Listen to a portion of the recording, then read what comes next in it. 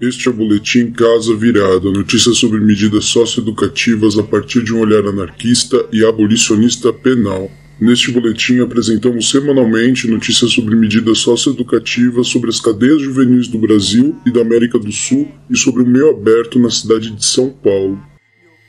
Meu maior veneno é cumprir a porra da pena, mas eu sei que logo vou sair.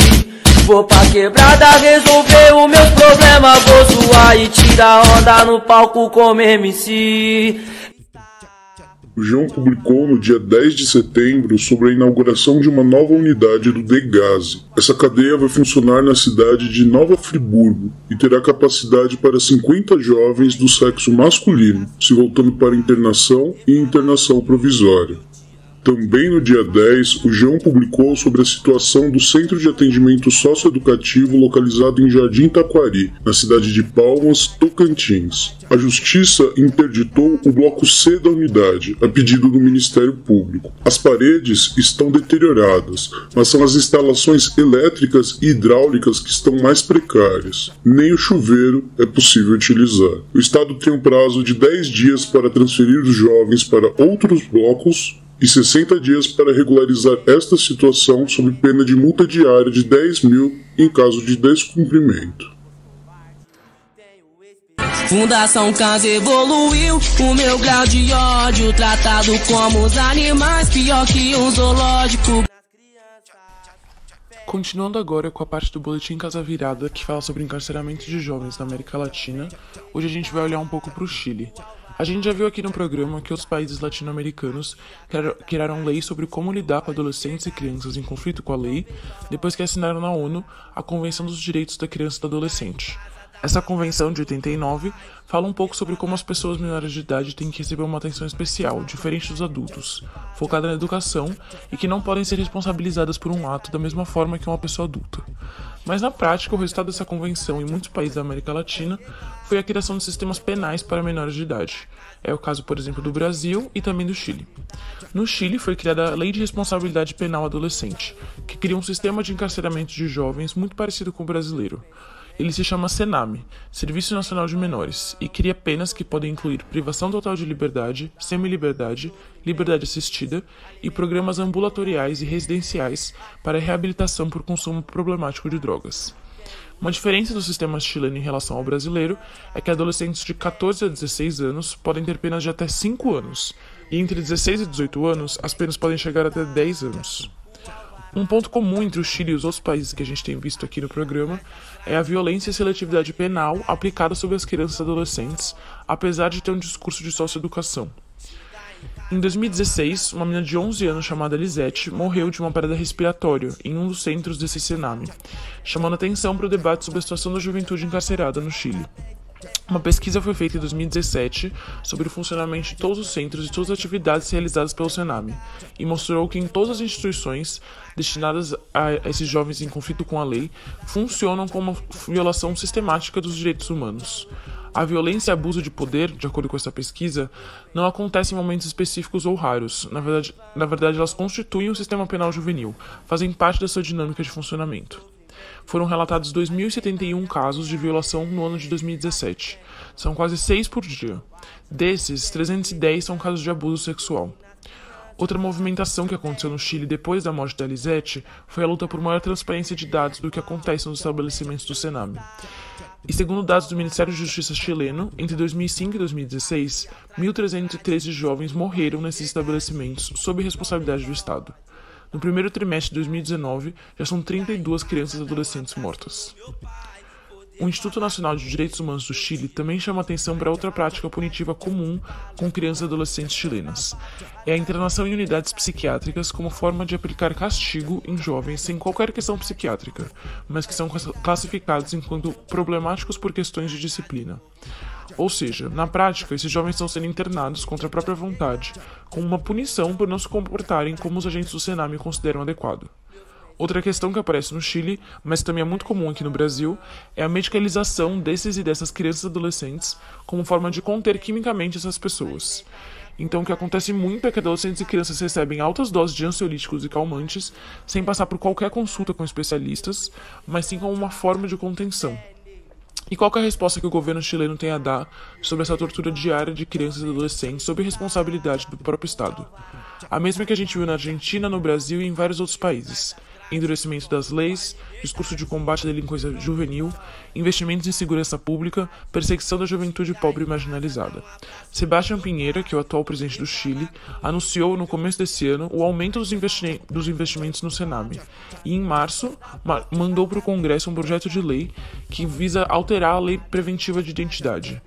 Essa lei é uma lei chilena que autoriza a polícia militar ostensiva a realizar revistas em pessoas em certas condições, como, por exemplo, se a pessoa estiver cobrindo o próprio rosto.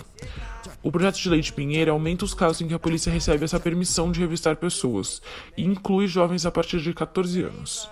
Essa lei é uma herança da ditadura chilena, que na época permitia que a polícia detivesse qualquer pessoa com o chamado comportamento suspeito.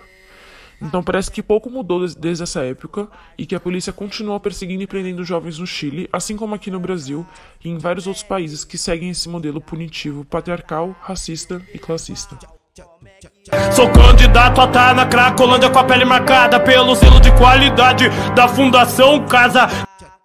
E dando sequência a mais um boletim Casa Virada, hoje nós vamos falar sobre os processos de violência que os técnicos e técnicas de medida socioeducativa reproduzem dentro de suas práticas nos serviços. Recentemente recebemos a notícia de que existem técnicos e técnicas que estão destratando os adolescentes e as adolescentes que frequentam os serviços de medida socioeducativa em meio aberto para cumprir a medida, né?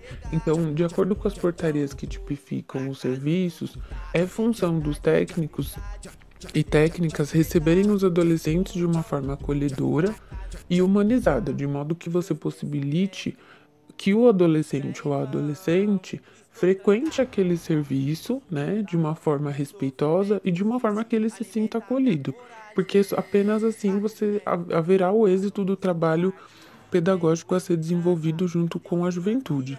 Ocorre que há diversos serviços na cidade de São Paulo que não têm levado isso em consideração nas suas práticas cotidianas. Então, desrespeitam adolescentes, distratam adolescentes, impossibilitam os amigos dos adolescentes frequentarem o serviço com a justificativa de segurança,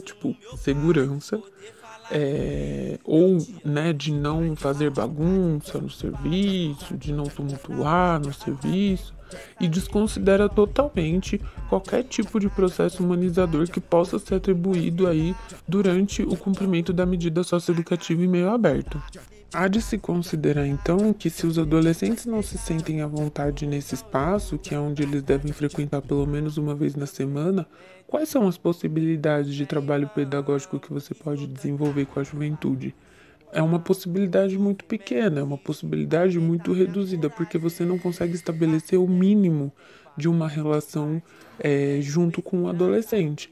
E aí, os técnicos e técnicas vêm, então, exercendo um poder de controlar a vida dessa juventude e não se percebe enquanto trabalhador e enquanto responsável também pelo estabelecimento de vínculo, porque o vínculo ele não é unilateral, né? Você não estabelece um vínculo com uma pessoa apenas ela possibilitando, né? É uma via de mão dupla. Você também tem que possibilitar um espaço acolhedor para que, de fato, a juventude se sinta ali respeitada, pertencente àquele espaço. Então, os técnicos e técnicas vêm exercendo e reproduzindo diversas violências que, por muitas vezes, os adolescentes vivenciam na rua, né? Dentro de contexto familiar, dentro do contexto do território que eles moram, e que eles reproduzem isso, que aí vem implicando diretamente no processo de cumprimento da medida, porque você vê, então, altos números de quebra de medida, né? Você vê os adolescentes não tendo aquele espaço enquanto uma referência positiva, enfim, diversas nuances que vão decorrer disso daí, dessas questões de violência que ocorrem dentro dos serviços em meio aberto, e que há pouca possibilidade dos próprios técnicos e técnicas repensarem as suas práticas, né? Então, se utiliza aí desse micropoder que se estabelece na relação entre técnico e adolescente e não se propõe a repensar as suas práticas, bem como as possibilidades dos processos pedagógicos que também estão incutidos aí dentro da medida socioeducativa em meio aberto. Era muito longe, às vezes não tinha visita. Graças a Deus os companheiros lá da ilha.